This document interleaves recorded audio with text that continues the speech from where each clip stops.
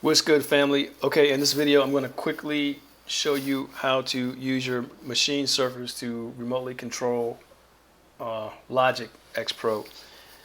The first thing you're going to want to do is go over to your machine controller and set it to MIDI mode.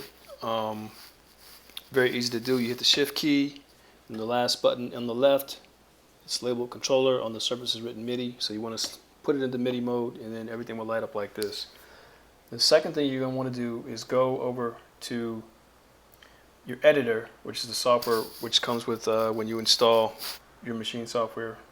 Find it, you can go to Spotlight and hit CON. It should come up. Control Editor. You're going to want to pick on the right hand side over here, Mackie Control.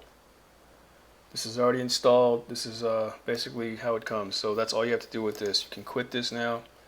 Switch back over to your Logic program. You're going to want to go to your control surfaces, go to setup. It's going to look like this. You're going to want to go to new.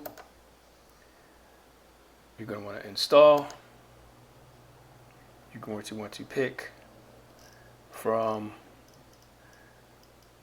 the Mackie choices you're going to want to use the Mackie Control. Mackie Designs, Mackie Control. You're going to add that. Pretty much the last step is go to where you see output ports. You're going to switch this to, very important, not MIDI control output 0, but the virtual output. Same thing for the input. You're going to want to use control virtual input. That's basically it. So if I did it right, I should go over here and hit play and my sequence starts. How it works is play is obviously play, record is obviously record, erase is stop. The restart key toggles the loop on and off. Of course, the fast forward buttons do what they, obviously say fast forward and rewind. The grid mode is supposed to toggle between read and write, but I'm not going to get too much into that. I'm not going to get too much into how to use this thing. Kind of play with it on your own. The bank buttons, A, B, C, and D, they record, they control, like you can go to your mutes. You can see I can hit the pads.